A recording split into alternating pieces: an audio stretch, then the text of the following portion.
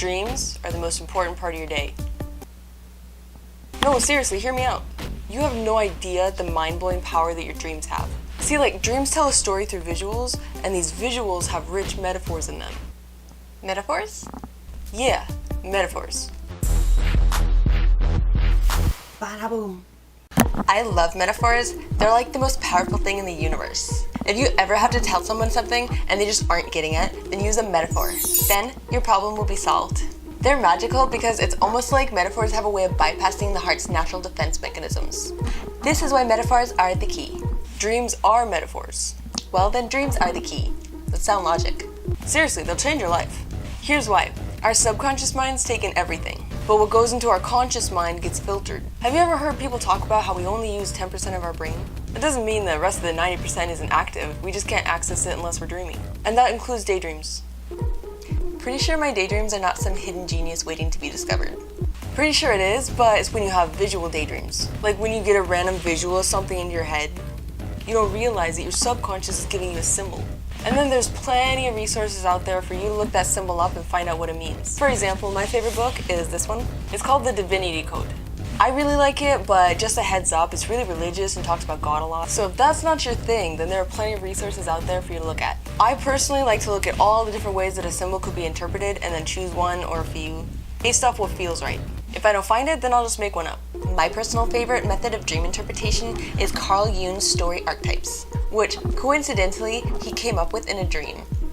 Yeah, it's crazy how being able to identify an archetype in your dream will change your perception of that dream. For example, I know someone who had a dream that a bear had climbed a fence and was running at them. So like typically you would think that that means that there's like something coming after them or something. But the bear would actually probably symbolize the shadow archetype, which symbolizes our dark innermost tendencies. I told him that the bear crawling over the fence probably represented their emotions spilling over, and their subconscious was telling them just how dangerous these emotions were.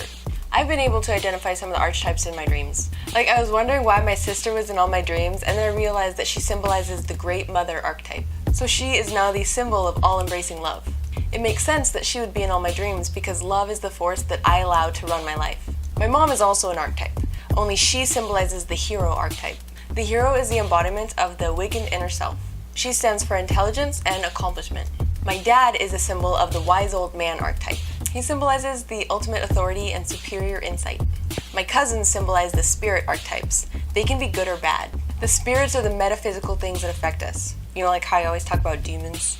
They have the power to stimulate, incite, and inspire. There's a few other archetypes that you can look into. I've never found them in my dreams, but you can always look into them. There's the divine child, the persona, the trickster, numbers, and the anima and animus. It's so important for you to write your dreams down right after you wake up because that's when you get like the most details, and the details are the most important parts of the symbols. And I read somewhere that you get 80% recall and then it just goes down after that. When you're interpreting it, you also have to ask like deep questions like, what was I trying to do? How did I feel towards that thing? What was I running towards? Was the ride smooth or was it bumpy? That stuff matters. Oh, also, if you're a really sexual person, then you'll probably be more comfortable with Freud's methods of interpretation. I don't know much about it except for that it's really sexually based. Lastly, in order to figure out what the emotions of the dream were, and you want to figure that out, you need to pay attention to the objects. Also, if you want to dream about something, then you just like collect objects that represent whatever you want to dream about, and then you put those somewhere that you can see like right as you go to bed, and you look at them before bed. And that's like your way of telling your subconscious like that's what I want to dream about, okay? I love you guys. Insight. For example,